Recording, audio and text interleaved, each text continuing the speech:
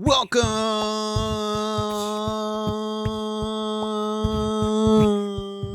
everybody, to Casting for Two, the official podcast with your host, Chris, the random guy, Hernandez.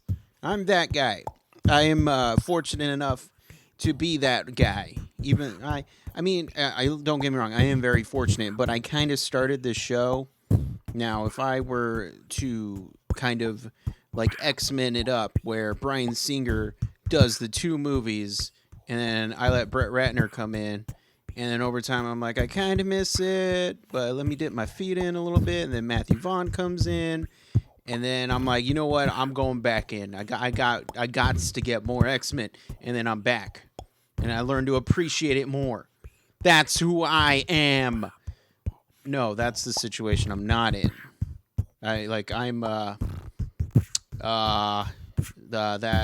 Nolan. I'm Nolan. I did all the Batman. I did my trilogy. That's what I'm at. I'm not even done with the first movie. I'm just wasting time because I have an awesome guest for episode number 84. Today my guest is the awesome, the man, the myth, the legend, Austin Basis, who was on the show previously at episode number 55. He's a repeat. He's back, and I'm happy to have him back. He was on here, and it was great because we just chatted. We didn't, normally I like to know about people's history, but we got that out of the way, and we just chatted. We had a great chat. And I enjoy him so much. Go back and listen to episode 55 if you want, because they're all good, and especially him. He's a good guy. He's on a little show called Beauty and the Beast, which airs Thursdays on the CW, which I would recommend you guys check out. But I'm kind of tired of talking, so let's get into this episode. So sit back, relax, and Chris, cue the music, please, and thank you.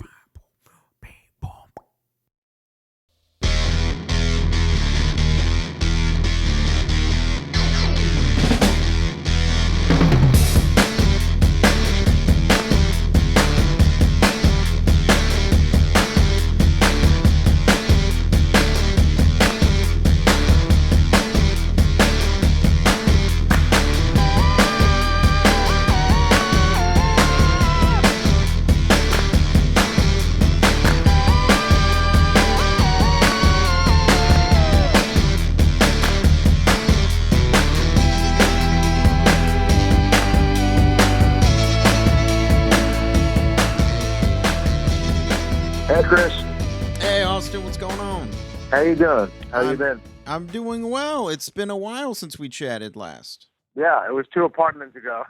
Well, that's how I characterized it in Toronto 2 seasons ago. there we go. Oh, so lots of time has passed, and Yeah. I'm only 1 apartment ago. So.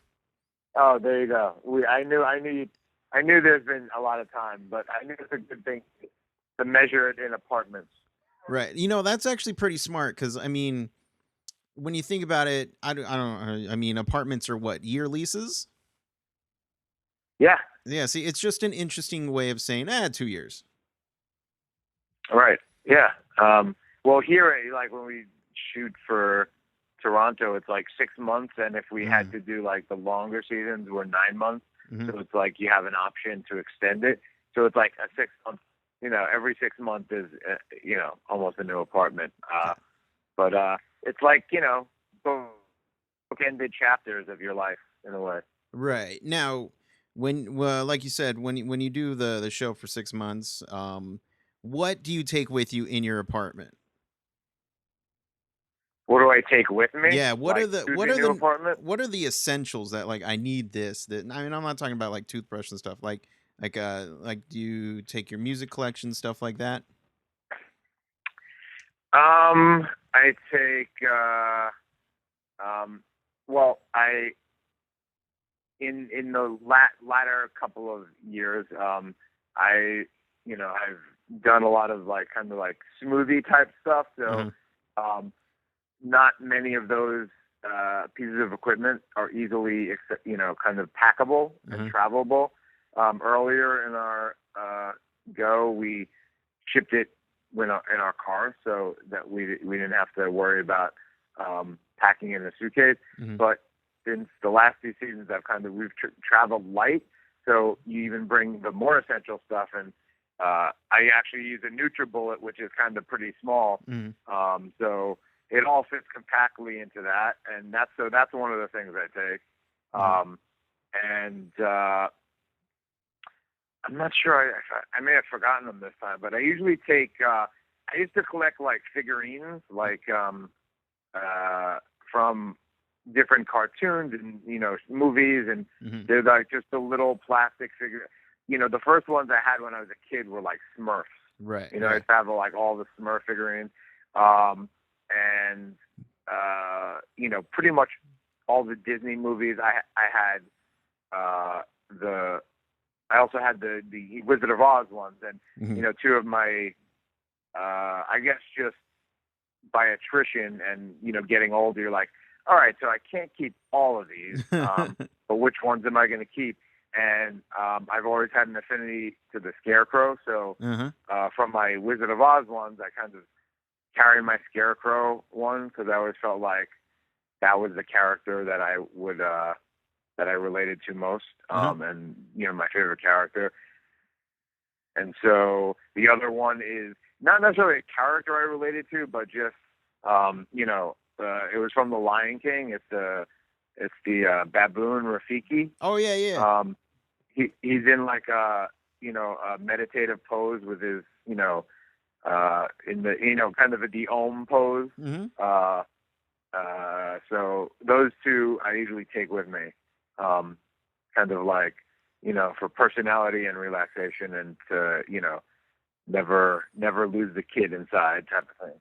There you go. Yeah, I have the same problem with like little figurines, toys, stuff like that. I'm a huge comic book fan. So in my guy is Green Lantern. So whenever I see something Green Lantern, like toy, whatever, bobblehead, I usually will buy it.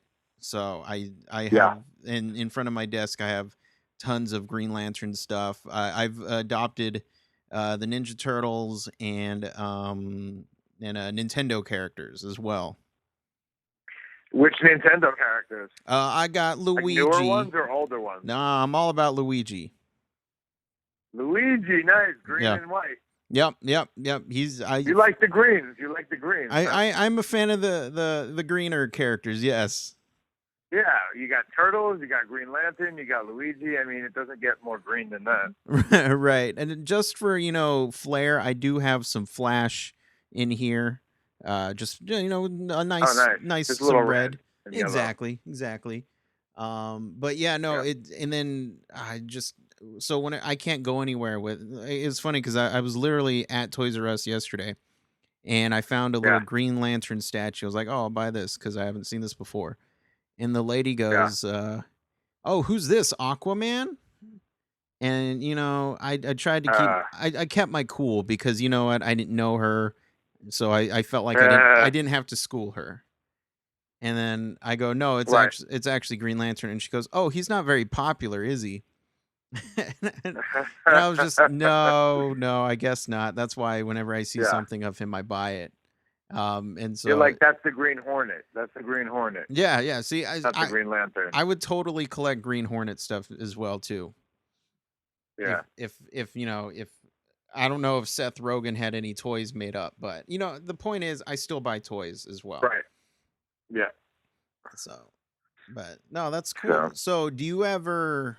And I know this is probably a problem, but with traveling in general, come back with more stuff.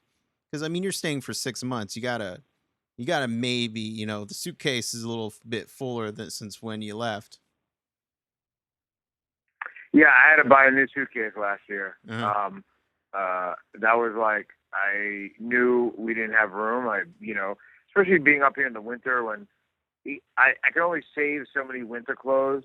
And I've managed to do a lot, but it's like, you only salvage as much winter clothes as possible. And then you get into a winter and you're like, I didn't pack enough because I wanted to not take my car. So I flew up here and I packed it all in suitcases and then, rented a car. So that's what happened the past 2 years. So like every time we're up here, it's like, you're a normal human being and I'm working, and there's different clothes up here, and they have some of the same stores, but like, they have a lot more. The store Roots has all this good stuff, and there's a couple Canadian stores that you're just like, let me just see, and you buy based on need, based on convenience, and you wind up, every season winds up being an extra suitcase. So sometimes when it's the right timing, you're able to kind of go back to LA go back home before, you completely end the season, and kind of take what you don't need anymore. Like this season, we don't have to pack any sweaters, or, it's a little chilly. It gets a little chilly now, but this week started getting hot and humid. So, you're not going to need the sweaters, and that kind of takes up a lot of room in your bags. Right. I remember when we bought that extra suitcase, I think we checked. I mean, we had carry-ons, but we checked, I think, 9 suitcases last time. So there was, they're ringing it up on the bill, and with each suitcase, with each bag you pack, it charges more. So they were like, "Are you sure you don't want to And half of them are like overweight, and we're like, we have to do this. It's like there's no other. I'm not going to ship this stuff. It's just it's impossible to pack this many clothes and keep the box light. Right. So we've kind of crossed that bridge before. But hey, if we buy new clothes, I already bought shoes, a whole new pair of shoes, and I'm like, I know I'm going to probably buy sneakers because my sneakers are on their last end and last leg, and so I'm just waiting for that next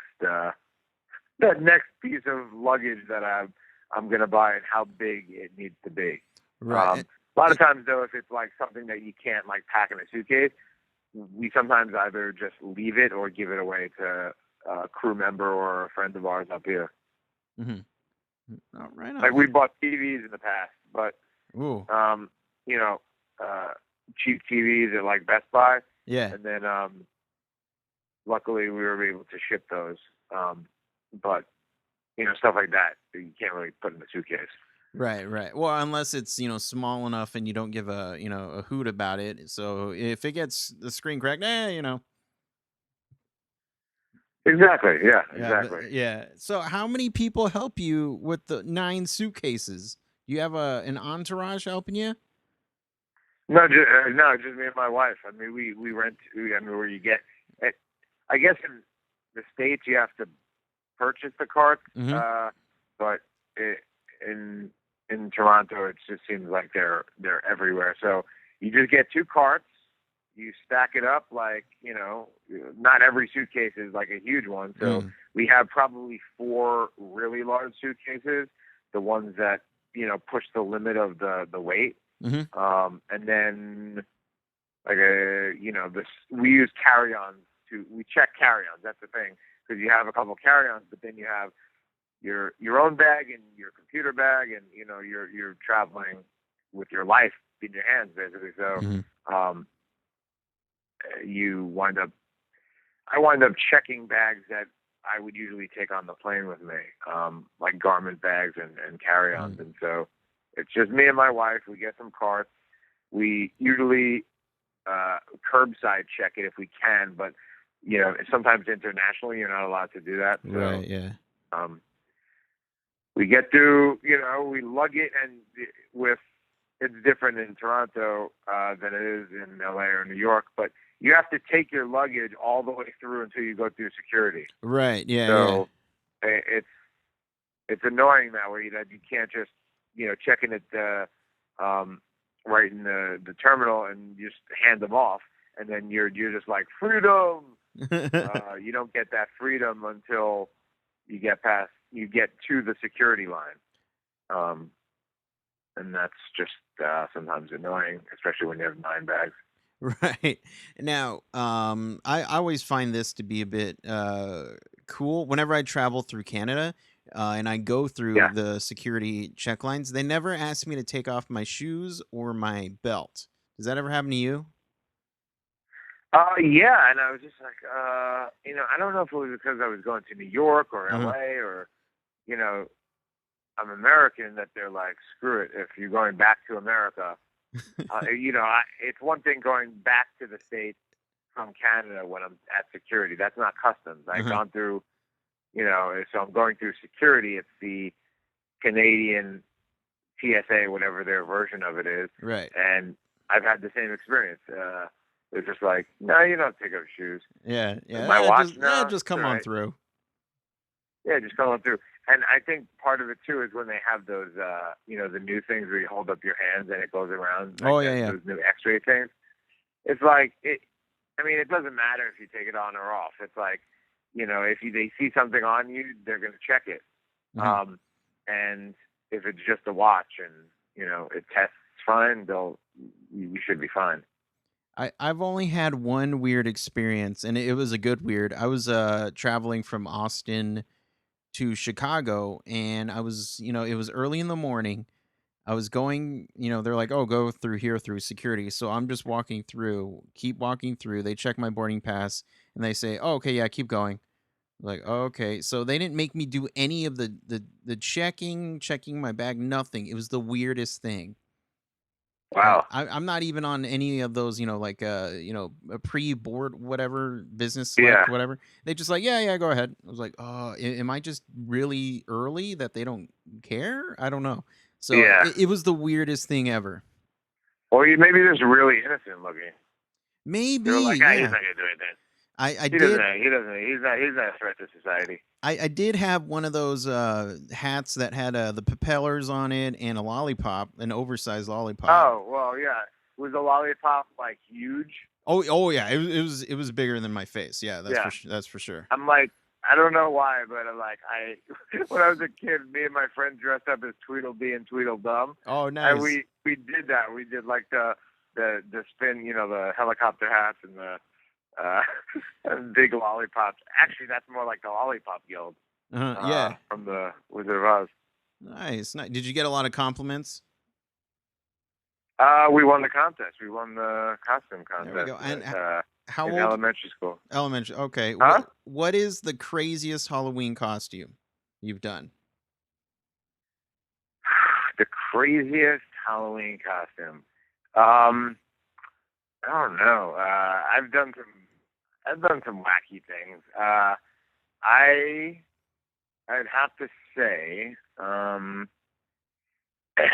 it's like there's so many that it's like I don't know which one to say.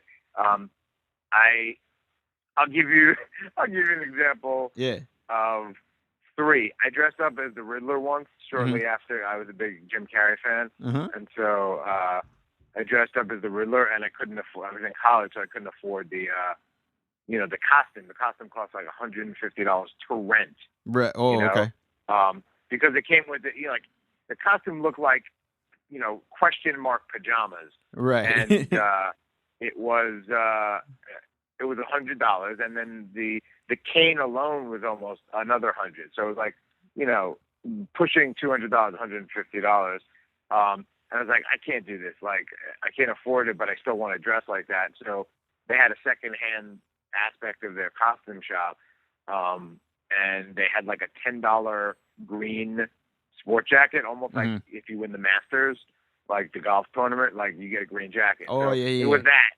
And so I bought that, and I bought paint, like paint at the art store, fabric paint, and then black fabric paint, and then glow in the dark paint. So I painted question marks on my jacket, and then I outlined it in glow in the dark paint, which under black light, bright, it's even brighter. Yeah. So you go into like Halloween party or whatever, and then I'll only admit this on your show or in this interview, but I went to like I won't name the drugstore, but a random drugstore that has a costume aisle, and I couldn't find the mask, the adult mask that was affordable enough, or the one I wanted. Yeah. Most of the ones that were just you tie it behind your head, and I wanted to be specific. I wanted to be on my face. Like I wanted to glue it on my face. Right. And so I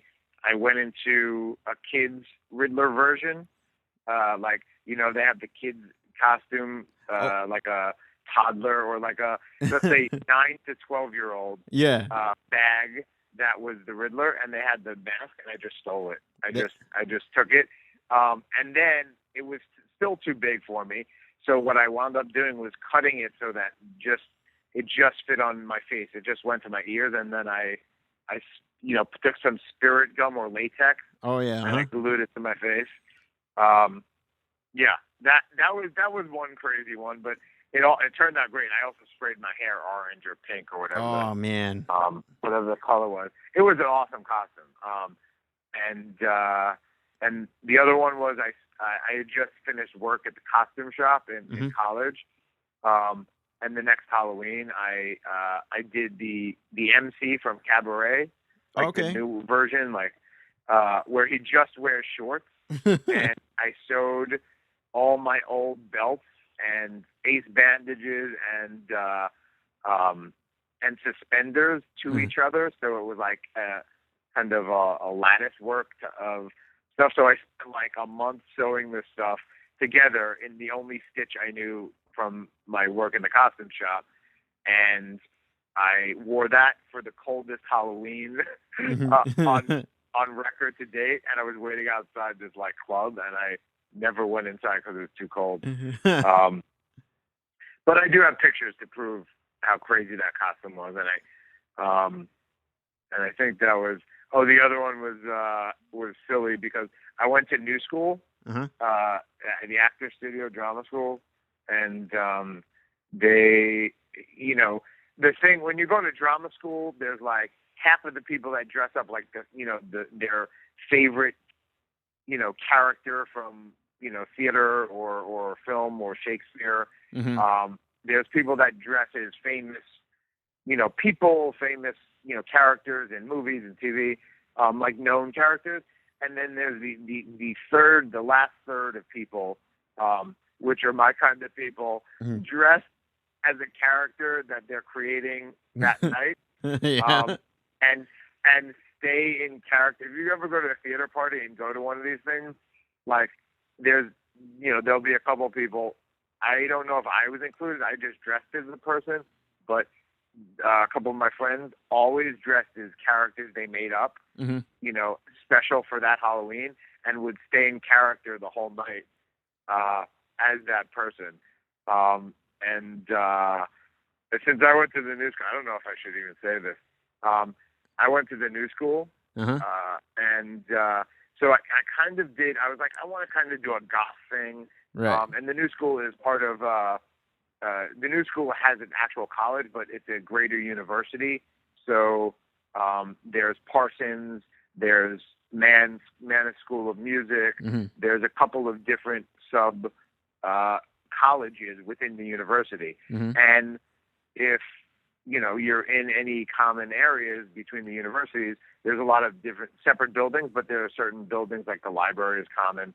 You'll see people from the other schools, and there's kind of a stereotype with every school. And so there is a stereotype with Parsons where the people dress kind of funky, and some are towards the goth end, some are towards the hipster end, because it's a design school. So I dressed as a character that I called a Parsons lesbian. So I kind of dressed as a girl, dressing as like a boy. Yeah. And I totally gothed out, painted my nails, mascara, eyeliner, and a kind of a thermal shirt, white shirt under a black T-shirt, and ripped jeans, and I had like ripped fishnet stockings and shit. Nice. I used to love how Halloween in grad school and drama school is like the best. The last one I dressed as the Grinch. Like I was the Grinch who stole Christmas. Nice. That was probably the best one. Nice.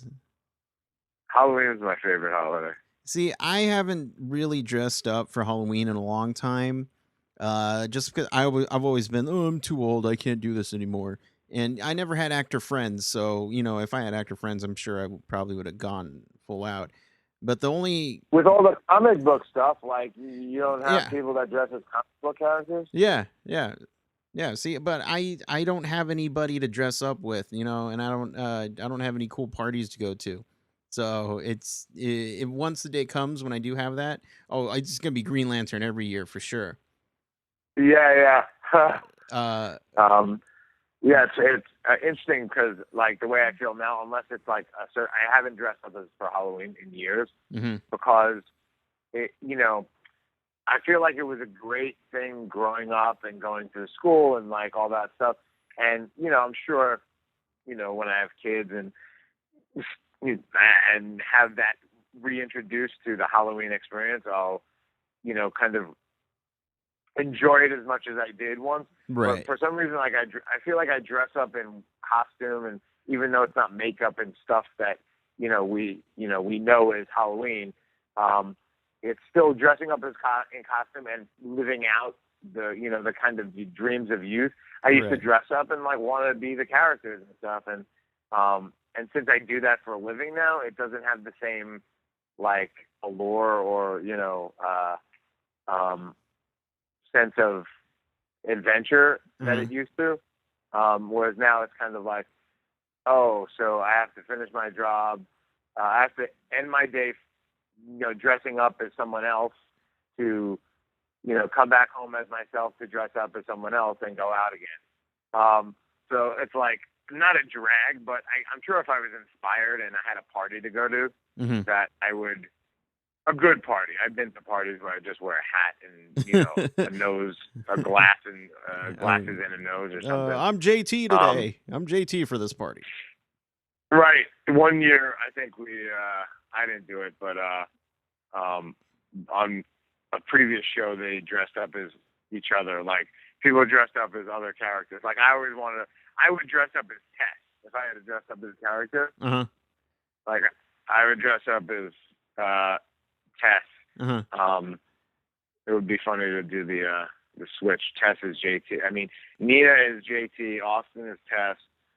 Kristen as as Vincent, and Jay as Kat would be funny. I think this has to happen now. I think we just do it for a picture, and then especially with wardrobe, you can actually wear the wardrobe of the people. We did it for a rap party for a film. Uh-huh. I did it for a TV show. Other people did it, but I actually participated when we wrapped the film. I just asked the wardrobe person to give me this other dude's wardrobe, and I dressed him. And that was fun. There we go. So what's going on with JT? JT's got a fun little arc this season. He's he's been shot up with this mysterious stuff that saved his life, and he's freaking out. He doesn't know what to make of it. Scientifically, there are no answers. Mm. He's not getting any answers from the research he's been doing, and it's affecting him physically in a way that doesn't fall in line with any normal or previous drug or kind of recovery process that he knows of. So it sends him into a panic not to have answers, not to have the truth, and to not know, the future. Like what, if you know what you've been shot up with, the side effects, the potential, the positive end of what it could do for you, but you also know the side effects, and not knowing either, even if even if the results appear good, you're still nervous about, the other shoe dropping and what that means. Is it, is there anything adverse, and he still doesn't know what the effect on him is. He just knows that he's still alive, and that's something that shouldn't have happened. I mean, he's basically bled out, by Gabe at the end of last season. So hanging there, and he was on death's doorstep, literally, and one shot of this serum, and he was up and at him, Mm-hmm. pretty much. There. I mean, took a long time, but I mean, Yeah. he was up, live, awake, and coherent. So it's going to be an arc for the most of the season of JT trying to figure out, what his deal is and how this and what this means for his, newly minted relationship with Tess. Mm-hmm. I should say, Beauty and the Beast, it's back. It's right now. It's back now on Thursdays. Well, yeah, I mean, just watch the show. It's going to be a fun season, fun ride. There's everything that you would get in a 22-episode season, compacted into a 13-episode season. Mm-hmm. It's full throttle, 13 episodes, and I mean, outside of that, I think I always have to give credit to the fans for their support, but also for their charitable work and raising money for the JDRF, which is the Juvenile Diabetes Research Foundation, and they're continuing to do that, and they have their own campaigns to raise and goals to raise, $15,000 for JDRF, and there's always donations are always accepted. So it's fun research and innovations for type 1 diabetes and to find a cure. There we go. What's the website if the listeners want to donate? Yeah. Well, JDRF.org is the standard, the main website for the organization. But the Beasties created a cookbook.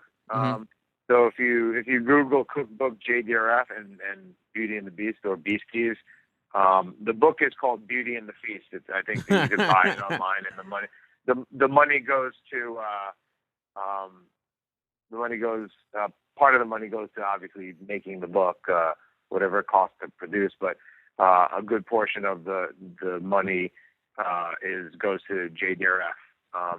So they created the book to raise money and have an incentive for people to not just donate but get something out of donating. And so besides the kind of charitable high that you get when you give money to a good cause. Right. Well, there we go. And so I'm going to wrap it up, Austin. But as always, I enjoy talking with you, man. Yeah. Me too. So everyone go watch Beauty and the Beast, go donate, and go have fun Halloween parties.